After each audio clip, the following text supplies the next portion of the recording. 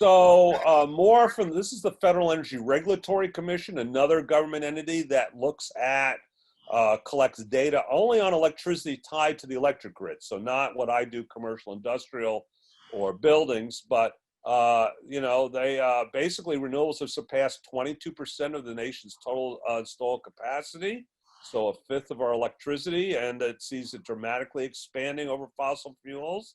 And so that's some data there for you. Another Federal Energy Regulatory Commission report of December 2019, neck to neck with natural gas generating capacity in 2019. We have surpassed natural gas in generation capacity now.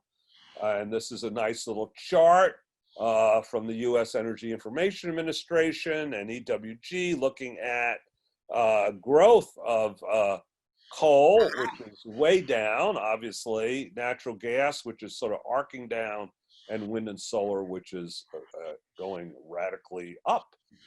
2015 was the first time that jobs in solar energy surpassed the jobs in the extractive energy industries, oil, gas, coal, and nuclear, in fact.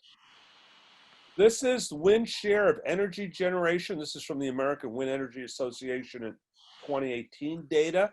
And, you know, look at the Midwest, about a quarter North Dakota, South Dakota, over 25% Oklahoma, and some significant generation capacities all over the country, which is very exciting.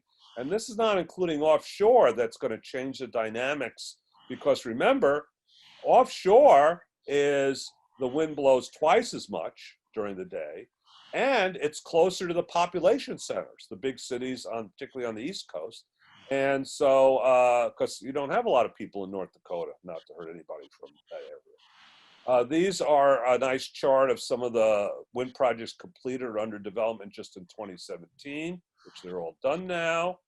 Global offshore wind reaches a tipping point. This is looking at analysis by Intelstore LLC, a market intelligence firm, on data on offshore wind. These are the geothermal plants operating in the United States. We are the world's leader. And they're not just on the west, where you see a bunch of dots, but along the Appalachian chain. In fact, MIT did a study that showed that we have more geothermal under the oldest mountain range, the Appalachians, than out west.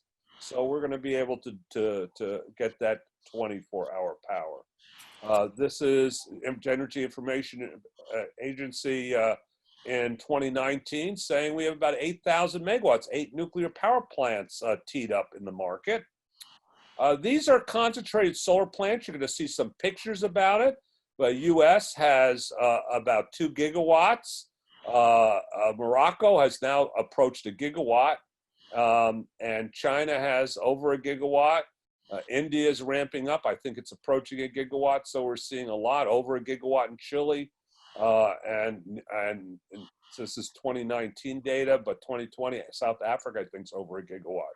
A gigawatt's a nuclear power plant worth, so of 24-hour power in the deserts. Global solar demand reached 10 gigawatts.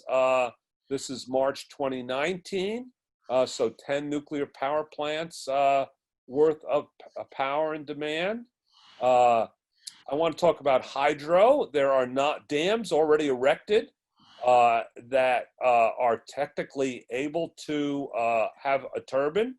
And so we could, you do 12 nuclear power plants worth of energy just here in the United States, not building any new dams. Ocean energy, marine energy is my newest love technology.